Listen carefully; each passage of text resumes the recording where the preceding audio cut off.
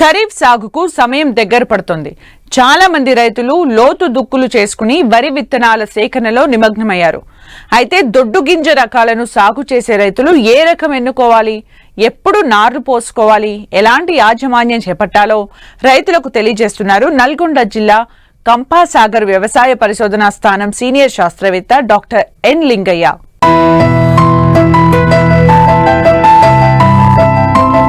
తెలంగాణలో ప్రతి ఏటా 1,00,000 నుంచి 1,20,000 ఎకరాల్లో వరి సాగవుతోంది. ఖరీఫ్లో దాదాపు 60 నుంచి 65 లక్షల ఎకరాల్లో సాగవుతూ ఉంటుంది. అయితే చాలా వరకు రైతులు దీర్ఘకాలిక రకాలను సాగు చేస్తుంటారు.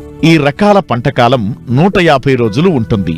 వాతావరణ మార్పుల కారణంగా ప్రతి ఏటా పంట చేతికొచ్చే సమయంలో అధిక వర్షాలతో తీవ్ర నష్టాలు వాటిల్లుతోంది. ఈ నేపథ్యంలో మధ్య స్వల్పకాలిక రకాలను సాగు చేయాలని ఇటు ప్రభుత్వం అటు శాస్త్రవేత్తలు సూచిస్తున్నారు. కొన్ని చోట్ల రైతులు దొడ్డుగింజ రకాలను సాగు చేసేందుకు మొగ్గు చూపుతున్నారు.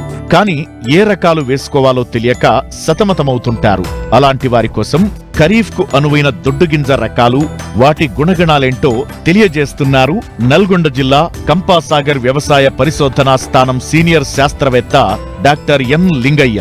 ఇక్కడ ఇంకొక రకం ఉందండి, JGL 24423 అనే రకము. ఇది దొడ్డుగింజ రకము. ఈ రకము జగిత్యాల వరి 1 అనే పేరుతో ప్రాంతీయ వ్యవసాయ పరిశోధన స్థానం జగిత్యాల నుంచి విడుదల కావడం జరిగింది. ఇది మనకి వర్షాకాలానికి, యాసంగి సీజన్కి చాలా అనువైన దొడ్డుగింజ రకము. ఈ తెలంగాణ రాష్ట్రంలో బాగా ప్రాచుర్యంలోకి వచ్చిన దొడ్డుగింజ రకం ఇది. ఈ రకం యొక్క ముఖ్య లక్షణాలు మనం చూసుకున్నట్లయితే వర్షాకాలంలో ఇది మనకి 120 నుంచి 125 రోజులకు పంట కాలం ఉంటుంది. అలాగే యాసంగి సీజన్లో చూసుకున్నట్లయితే మనకు 130 నుంచి 135 రోజులు ఉంటుంది.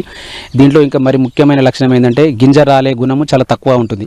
మిగతా దొడ్డు గింజ రకాల్లో కొంచెం గింజ రాలే గుణం కొద్దిగా ఎక్కువగా ఉన్నప్పటికీ ఈ రకంలో అలాంటి గుణం లేదు. కాబట్టి ఇలాంటి పంట కోస్తున్నప్పుడు అంటే హార్వెస్టర్లతో మనం పంట కోస్తున్నప్పుడు రైతుకు అధిక దిగుబడిని తీసుకునే ఆస్కారం ఉంటుంది. దాంతోపాటుగా మనకు ప్రకృతి వైపరీత్యాలు సంభవించినప్పుడు కూడా పంట పడిపోకుండా, గింజ రాలకుండా అలాగే చేను మీదనే ఉంటుంది. కాబట్టి ఈ రకము మంచి రకము. ఇది మనకు 2 సీజన్లో కూడా తెలంగాణ రాష్ట్రంలో బాగా ప్రాచుర్యంలోకి వచ్చింది. ఈ రకం ఇంకొకటి ఏంటంటే మనకి గింజ 1000 గింజల బరువు కూడా చాలా ఎక్కువ ఉంటుంది. దిగుబడి సుమారుగా చూసుకున్నట్లయితే మనకు 32 నుంచి 36 క్వింటాల ఎకరానికి వచ్చే ఆస్కారం ఉంటుంది మనకి.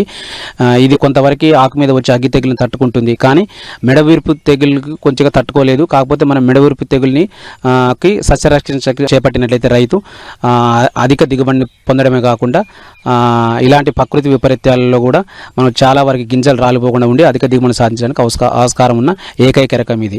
అలాగే ఇక్కడ చూసుకున్నట్లయితే మనకి KNM 118 అనే ఒక రకం ఉందండి. ఇది మనకి కూనారం సన్నాలు అనే పేరుతో మనకి వ్యవసాయ పరిశ్రమ కూనారం నుంచి విడుదల కావడం జరిగింది. ఈ రకము ఆల్రెడీ మనకి తెలంగాణ రాష్ట్రంలో వర్షాకాలానికి, యాసంగి సీజన్లకి బాగా ప్రాచుర్యం ఉన్న రకమే ఇది దొడ్డుగింజ రకము. వర్షాకాలంలో మనం చూసుకున్నట్లయితే 120 నుంచి 125 రోజుల పంట కాలానికి చేతికి వస్తుంది. అలాగే యాసంగిలో చూసుకున్నట్లయితే ఒక 5 నుంచి 10 రోజుల వరకు పెరిగే ఆస్కారం ఉంది. ఈ రకము ఉల్లికోడిని తట్టుకోవడం కాకుండా కొంతవరకు అగ్గి తెగుల్ని, అలాగే కొంతవరకు దోమపొట్టును కూడా తట్టుకొని అధిక దిగుబడిని ఇచ్చే రకము. అంటే సుమారుగా మనకి 28 నుంచి 30 క్వింటాలు ఎకరానికి ఇస్తుంది. ఇది ఆల్రెడీ మనకి తెలంగాణ రాష్ట్ర రైతాంగంలో బాగా ప్రాచుర్యంలో ఉన్న రకము. ఈ రకం కూడా స్వల్పకాలిక రకం. కాబట్టి ఇలాంటి ప్రకృతి వైపరీత్యాల నుంచి తప్పించుకోవాలనుకుంటే మనం ఇలాంటి స్వల్పకాలిక రకాలను వేసుకున్నట్లయితే అలాంటి బారిన పడకుండా మనం అధిక దిగుబడిని తీసుకునేదానికి ఆస్కారం ఉంటుంది మనకి. ఈ చౌడును తట్టుకునే రకాలు మన ప్రొఫెసర్ జయశంకర్ తెలంగాణ రాష్ట్ర వ్యవసాయ విద్యాలయం నుండి 2 రకాలు విడుదల కావడం జరిగింది. ఒకటి KPS 2874 అనే రకము, KPS కంపాసాగర్ వరి 1 అనే పేరుతో విడుదల కావడం జరిగిందండి.